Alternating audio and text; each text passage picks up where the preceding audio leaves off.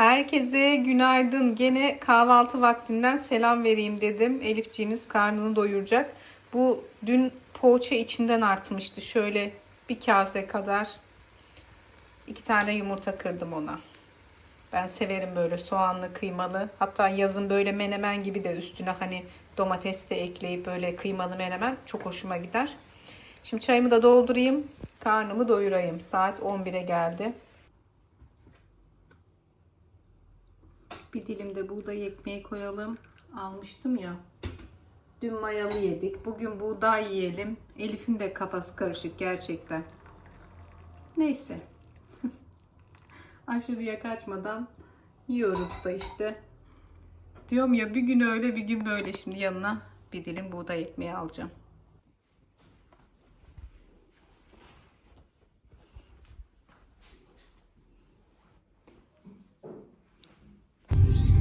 Yine giyinmiş. Nereye gidiyor bu Elif? Az kısar mısın canım? Saat 11'de işte kahvaltı yapıyordum ya. Rıza geldi. Annesini yine hastaneye götürmüş, bu devlete kan alıyorlar ya, her hafta kayınvalidemin kanı alınması lazım. Rıza götürüyor. Yine bugün annesini götürdü. Geçen de Perşembe gitmişlerdi. Çay içmeye geldi. Neyse 2 bardak o da çay içti. Bir şeyler atıştırdı. Dedim ne yapsam, sıkılıyorum dedim. Çarşıya doğru ineyim. Ben dedim çarşıya bırak da şöyle Aksu'ya yine bir dolanayım. Hava da iyi bugün. Duru gelene kadar dolaşacağım arkadaşlar. Ne yapayım? Valla oturdum, Müge de şişiriyor beni. Müge'ye bakmaktan şey oldum artık. Daha bakmayacağım diyorum. Sabahlar hani izleyecek bir şey de yok. Alıştım ona kahvaltı yaparken. İş güç yapasım da hemen gelmiyor. Şöyle biraz bir çay keyfi yapıyorum ben. Biraz keyfine düşkünüm o konuda. Neyse gidelim bakalım. O iş yerine geçecek de ben hemen çarşıda ineyim. Küçük Emrah dinliyorsun. Küçük Emrah büyüdü. Güle güle boncuk. Neyse geldim.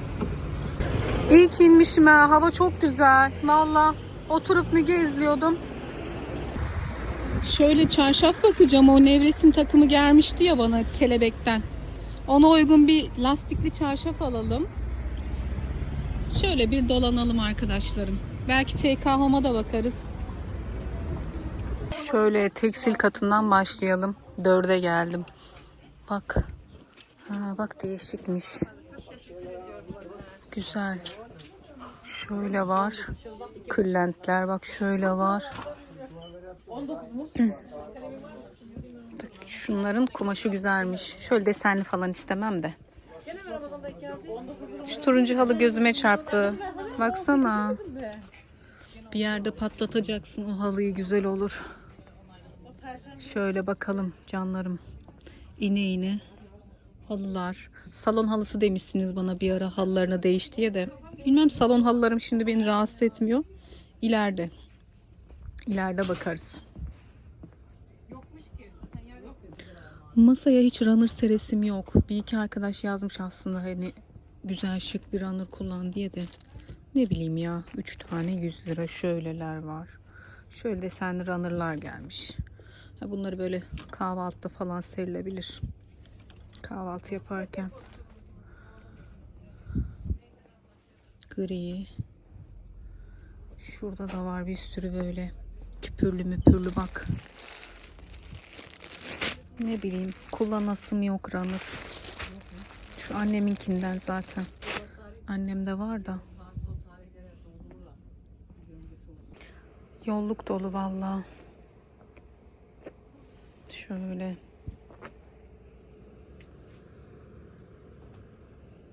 Koltuk örtüleri burada benim istediğim gibi yok. Böyle düz klasik örtüler var. Şöyle. Havlu kumaş gibi olanlar var. Şöyle polar. Böyle istemiyorum. Bak şunlar var. Bunlar da yok yani. Ne kadar? 500. Tay tüyü, sakallı. 3'e inelim. Gezenti Elif. Gezenti Elif. Öğlen vakti Aksular'da. Gezenti Elif. Lastikli çarşaf bakalım. Şöyle havlu setleri. Bak bunlar yeni gelmiş. Bak. Yine havlu setleri. Havlum çok da. Bizim boy aynalarından burada da var. Burada çarşaflar. Ona uyan renk. Bunu paçada koymuyor musun? Şu da olur. Bak şu renk. O tek kişilik de. Şu olur. Turuncu da vardı onda. Şu olabilir. Bak. Şu da olabilir. Şöyle turuncu. Bir tane. Ha bak bunun kumaşı güzel. Şunların. Da bu tek kişilik aynen. Bir bakayım da. Şimdi bendeki nevresimin rengine baktım. Şu çok uyuyor ama bu tek kişilik. Çift kişilikte o rengi bulamadım. O tek kişilikmiş ya. Aslında çok güzel. Şu da tek kişilik. Şu var. Bu da çok turuncu kaçar mı diye bir emin olamadım. Bu açıktı bu arada. Yasak diyor ya. Şuraya açık koymuşlar. Ona öyle baktım da. Tüh. Hayattaki şey. Şu ne? Dur bakayım. Yok bu da. Bu olmaz. Bunlar normal çarşaf mı? Yok. Ha çarşaf seti. Ha böyle setler halinde. Bu havlu takımları ne kadar böyle? 400. Şeyleri çok güzelmiş, dokuları. Şunu aldım. Bak, baktım. Nevresime baktım. Bu da uyuyor. Bu da güzel uyuyor yani. Var çarşaf çok da o renkten tek kişilikte kalmış sadece. Maalesef. O tam olacaktı. Paketlere de baktım da yok. Havlu, bolca havlu. Şöyle kapitone yatak örtüleri. Şunlar tek kişilik değil mi hepsi? Bunlar Kalpliler. Mı? Çift kişilik mi yoksa? Çift kişilik bunlar. Şöyle.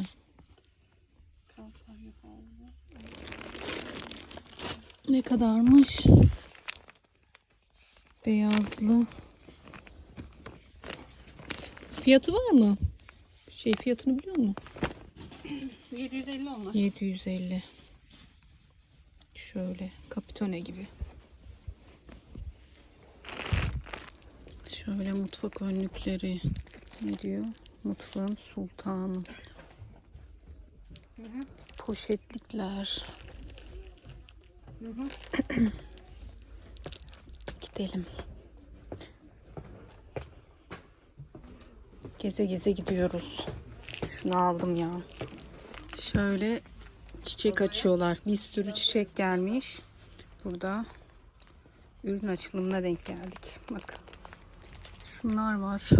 Bunlar seramik 700. Bir bakayım dedim de. İstediğim bu tarz değil. 150. Şöyle dekor ayna koydum. Çiçek bolluğu valla. Bakın.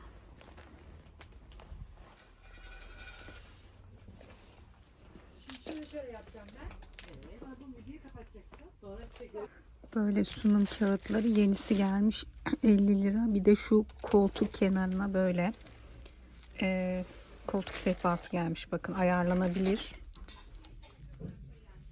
Böyle koltuğun kenarına bir şey yerken koyabiliyorsun. Bu da 150 TL.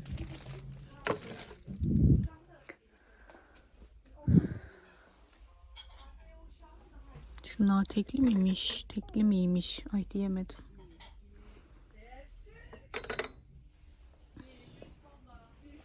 Şimdi de ikinci kata indim. Aslında bir ara misafir su bardağı alacağım. Böyle yemekli misafir de. Şimdi Ramazan da geliyor ya. Şunlar 100 lira. Üçlü. Şu lavınkiler güzel. 150. Bak onlar güzel. Çok mu büyük? Şu ideal. Şimdi taşıyasım yok ya. Şöyle uzunlar 100 lira yine. Buraya da bakalım da çıkalım buradan.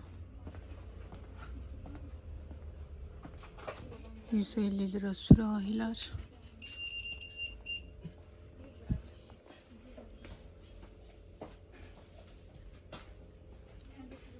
Tuzluk, karabiberlik mi? Ne? Yağlık. Gözümde görünüyor. Yaklaşana kadar tövbe yarabbim. Bugün benim hamur yoğurdum kabı soran vardı. Buradan almıştım. Bakın hala var. Aksu'da 500. Kırmızısı gelmiş. Anam ben alırken yoktu. Kırmızı kapaklısı. Bununla her şeyi yapıyorum valla. Hamur da yoğur. Kurabiye yoğur. Kekte kullanmıyorum. Demiştiniz ya çizer mikser diye.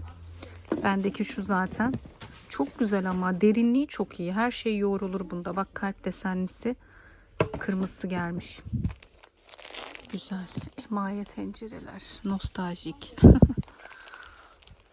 Şöyle şu havlu başlıkları özledim ev silerken. Böyle villada başına takıp biliyor musunuz? Ben bunları da çok seviyordum. Sonra mopa döndük ya. Şunlardan diyorum alsam da. Şey yapsam. Ama villadam da balkonda. O artık balkonda kullanıyorum da villada kovasını. Yeni kova da almam lazım o zaman. Şöyle çarşı içine geçelim.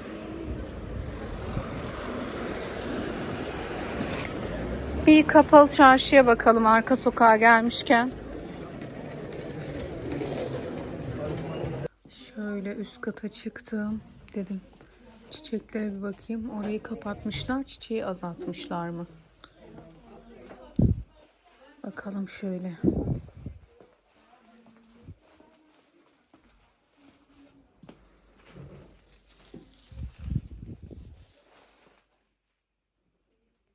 Şunlar güzel. O English Home'daki yeşil saksıları alırsam dedim. İçine şöyle 2'şer tane. Bak bunlar güzelmiş. De onu almaya karar veremedik. Onu Rıza pek şey yapmadı ama güzeldi onlar.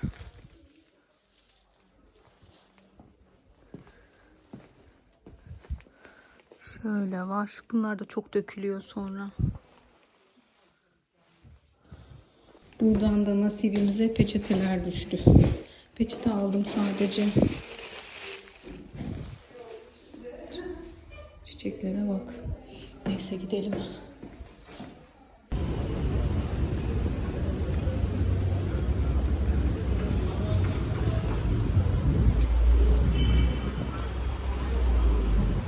Şöyle Elsiva'ya doğru gidelim. Home bölümünde bir şey yok. Şöyle bir yelekler gelmiş. Aslında güzel. Kısalığı falan çok iyi. Şunu bir deneyeceğim. 1200 lira. Gayet güzel. Bak beğendim. Şeyi çok iyi. Boyu. Bende uzunu var. Kaç sene önce yine Elsiva'dan almıştım. Cep yok mu? Ha varmış. Şöyle fermuarlı. Şöyle. Bu S de M de olur. S de oldu. Koltuk altı bu sefer. Bilemedim. Güzel.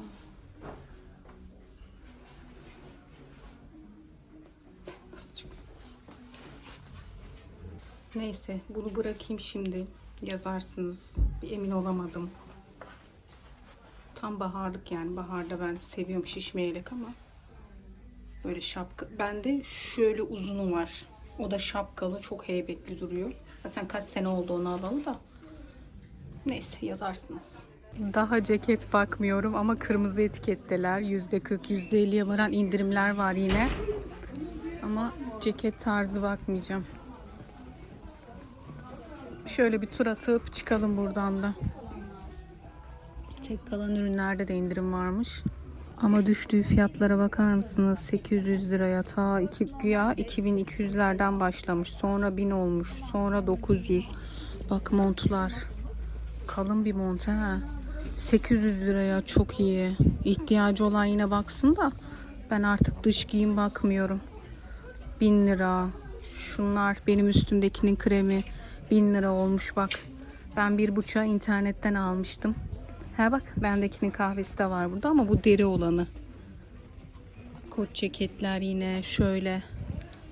Bak hep dış giyim. Bunlar hep kırmızı etiket. 800 lira bak. Polar üstler. Polar gibi, yünlü gibi değişik. Şu nasıl? Bunlar uzun olanlar. Şunlar falan. Şunlar ne kadar olmuş? 1300. Hep kırmızı etiket. Home bölümünde hiç ilgi çekici bir şey yoktu. Baktım da. Şu örtüler 400 TL runner'lar. Güzelmiş. Değişik. İki ayrı takipçimle karşılaştık. Onlarla selamlaştık. Şimdi artık dolmuşa gideceğim. Biri Tatvan'dan gelmiş tayinle. Elsiva'da konuştuk. Eşi polismiş, kendisi öğretmen. Buradan selamlar olsun. Bir de iki kız arkadaşla tanıştık. Onlar da öğrencilermiş. Annemle izliyoruz Elif abla dedi. Dedim annenize selam söyleyin. Öyle gideyim artık, saat 2'ye geliyor. Duru'nun çıkma saati yaklaşıyor.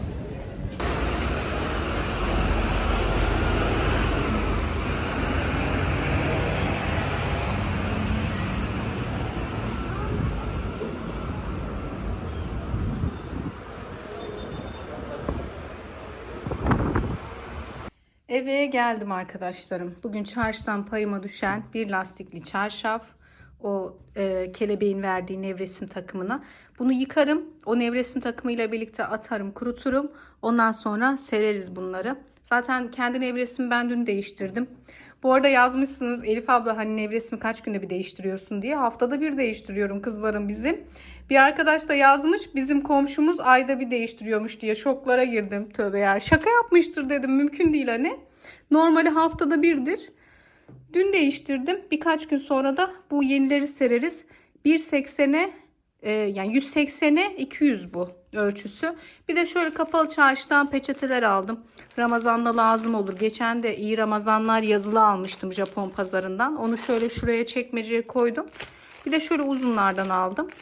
Bunları da çekmeceye koyalım. Böyle. Durucumuz saati geliyor. Bir kahve içeyim. O çıkana kadar. Şurada. Burayı daha düzeltmedim de örtüler falan karışık. Şöyle dursun. Şöyle hemen kahvemi yaptım. Bim'den de pişmaniye almıştım. Çok severim. Keşke arada şu Eskişehir'in met helvasını da getirseler. Burada bulamadım. Biri yazmıştı abla Seçal'da var diye. Bizim buradaki Seçal'da ben göremedim. Bir iki kere baktım. Eskişehir'in met helvası. Çitlekçininki çok güzel oluyor. Aslında bir internet sitesine bakmak lazım kargoyla. Çok severim. Okuldan geldiğimden beri hiç oturmadım. Lahanayı temizledim arkadaşlarım. Bugün yapmasam kötü olacaktı. Kavurmasını yaptım bu sefer. Mis gibi Bartın lahanası. Bol soğanlı kavurdum. Tabii öncesinde bayağı haşlandı. Karabiber, pul biber, azıcık salça ve domates sosu ekledim. Yeme de yanında yat. Biz çok seviyoruz. Bilmiyorum yani kavurmasını. Yemeğini ayrı, kavurmasını ayrı, öyle söyleyeyim. Yanına da dedim ki ne yapayım? Şehriye çorbası yapayım. Epeydir şöyle tereyağlı domatesli çorba yapmadım. Diğer çorbaları yapıyoruz da bunu bayağıdır yapmadım yani. Yanında iyi gider dedim. Böyle yemek işi şimdilik tamam gibi. Demin kahve içerken Instagram'a story attım, dedim pişmaniye aldım. Hani arada keşke bir şey de gelse, işte Eskişehir'in met helvası da gelse diye. Öylesine yazmıştım yani story'e. O kadar çok mesaj aldım ki. Gerçekten var ya, iyi ki varsınız. Buradan da izliyorlardır muhtemelen. Bildiğiniz yani bir 20-25 kişi Eskişehir'den takipçilerim. Helva gönderelim hem de tam yerinden, şurada meşhurdur, burada meşhurdur diye.